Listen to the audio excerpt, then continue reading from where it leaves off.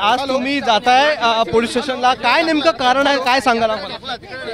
मी police स्टेशनला जाते। काल ज्यांनी ज्यांनी प्रश्न विचारले त्या पालकांवरती अमानुष लाठी हल्ला झाला, मारहाण झाली, त्या सगळ्या लोकांवर गुन्हे दाखल केले, परंतु एका महिला पत्रकारावर जी अभद्र टिप्पणी करणारे जे वामन म्हात्रे आहे त्या वामन म्हात्रेला अजून अटक केली नाही। वामन म्हात्रेला अटक झाली पाहिजे। हे प्रकरण ज्यांनी व्यवस्थित हाताळलं नाही,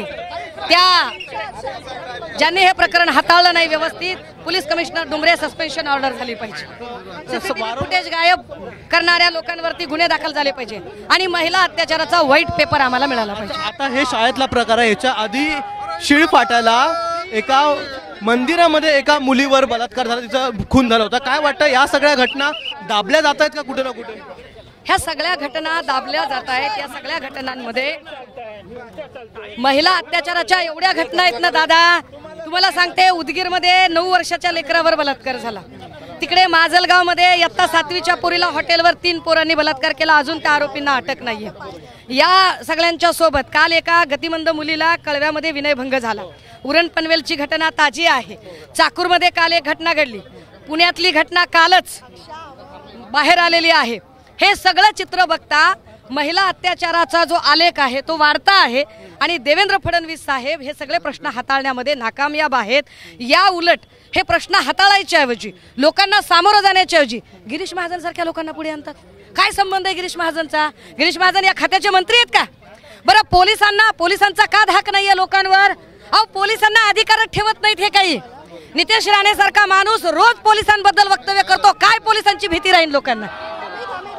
ह्या सगळ्या जे असे स्टेटमेंट करणारे लोक आहेत, जे गृहमंत्री मुख्यमंत्री म्हणतायत की कालचं आंदोलन पॉलिटिकल मोटिवेटेड होतं, त्या मुख्यमंत्र्यांनी आम्हाला प्रश्न उत्तर द्यावं की नाशिकमध्ये आंदोलन सदृश, दंगल सदृश परिस्थिती ज्या रामगिरी महाराज मुळे निर्माण झाली, त्या रामगिरीला जाऊन भेटायची काय गरज होती?